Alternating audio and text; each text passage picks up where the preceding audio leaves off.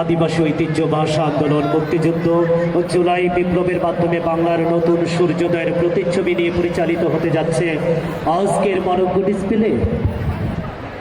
মানুষের শত সহস্র বছরের যাপিত জীবন ও বংশ পরম্পরার সাংস্কৃতিক চর্চার মধ্য দিয়ে গড়ে ওঠে একটি ভাষা। ভাষার মধ্য দিয়ে গড়ে ওঠে একটি সভ্যতা ও তার জাতিগত পরিচয়। শিল্প ও সাহিত্যের অনন্য সৃষ্টিশীলতায় সমৃদ্ধ হয়ে ওঠে একটি জাতির আত্মপরিচয়। ঐতিহ্যের চর্যাপদ, বিদ্যাপতি ও চণ্ডীদাসের বৈষ্ণব পদাবলী, মঙ্গল কাব্য সহ লোকজ আধুনিক সৃষ্টিশীলতার ধারাবাহিকতায় প্রিয় মাতৃভূমি বাংলাদেশ। ও মামা